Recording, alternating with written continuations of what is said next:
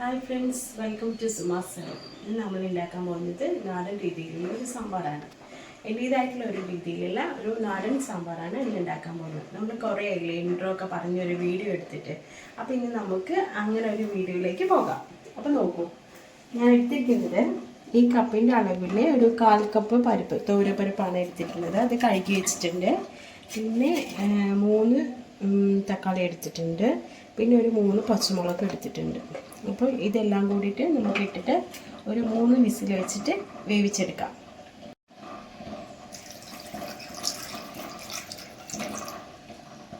ഒരു ഗ്ലാസ് വെള്ളം ഒഴിച്ചിട്ടുണ്ട് ഇതിലേക്ക്. അതൊന്ന് വേവിച്ചെടുക്കാം. വേറെ ഒന്നും ഇപ്പോൾ ഇതിലേക്ക് ചേർക്കേണ്ട കാര്യമില്ല. ഇതൊന്ന് നന്നായി വേവിച്ചെടുക്കാം.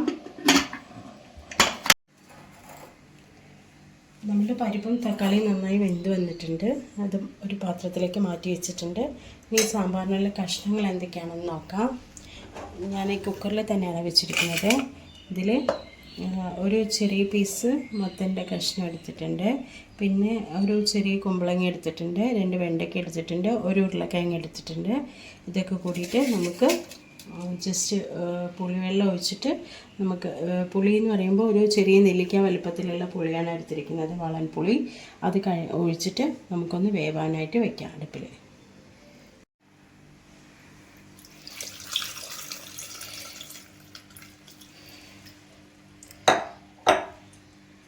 പുളിവെള്ളം ഒഴിച്ചതിലേക്ക് ഒരു ഗ്ലാസ് വെള്ളം കൂടെ ഒഴിക്കുന്നുണ്ട്.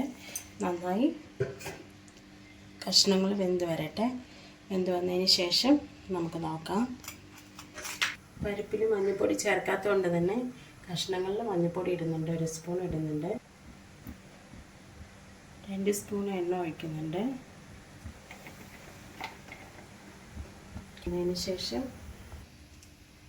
അതിലേക്ക് നമ്മൾ ചെറിയൊരു പീസ് കായം ഇടുന്നുണ്ട്, മുഴുവൻ കായം.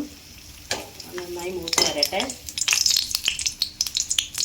നന്നായി മൂത്ത് വന്നതിന് ശേഷം നമുക്ക് ബാക്കിയുള്ള ചേരുവകൾ ചേർക്കാം. 1 സ്പൂൺ പരിപ്പിട്ടിട്ടുണ്ട്. അതിലേക്ക് ഉലുവ ഇട്ടിട്ടുണ്ട്. അതൊന്ന് മൂത്ത് വരട്ടെ.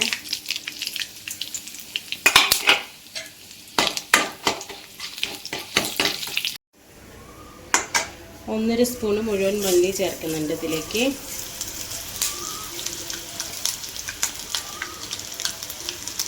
ആവശ്യത്തിനുള്ള കറിവേപ്പില ഇടാം അതിലേക്ക്. അത് നന്നായി മൂത്ത് വരട്ടെ.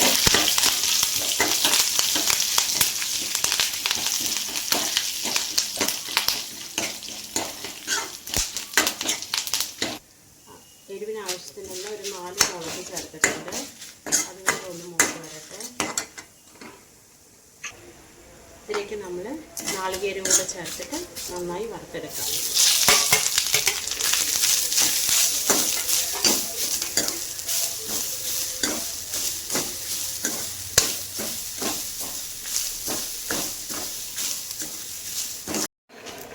നാളികേരം നന്നായി വറുത്തിട്ടുണ്ട് സാമ്പാറിനുള്ളത്. നമുക്കിത് അരച്ചിട്ട് വരാം. ആവശ്യത്തിനുള്ള ഉപ്പ് ചേർക്കാം. അപ്പോഴേ ചേർക്കേണ്ടതായിരുന്നു, വിട്ടുപോയി. നന്നായി വെന്ത് വന്നിട്ടുണ്ട്. ഇനി നമുക്ക് ഇതിലേക്ക് നേരത്തെ വേവിച്ച് വെച്ച് പരിപ്പും തക്കാളിയും ചേർക്കാം.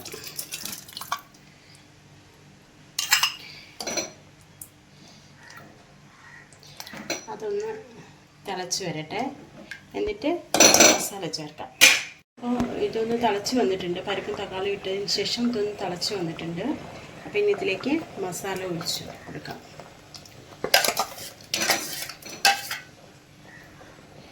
അത് നന്നായി തിളച്ച് വരട്ടെ.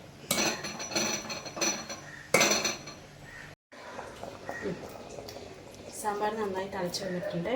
അതിലേക്ക് നമുക്ക് കറിവേപ്പിലയും മല്ലിയിലയും കൂടി ഇട്ട് കൊടുക്കാം. 5 മിനിറ്റ് ഇങ്ങനെ അടച്ചു വയ്ക്കാം.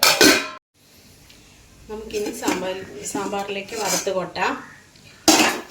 അതിനായിട്ട് 2 സ്പൂൺ എണ്ണ ഒഴിച്ചിട്ട് അതിലേക്ക് കടുകും ചുവന്ന മുളകും കൂടി ഇട്ടിട്ട് പൊടിക്കാം.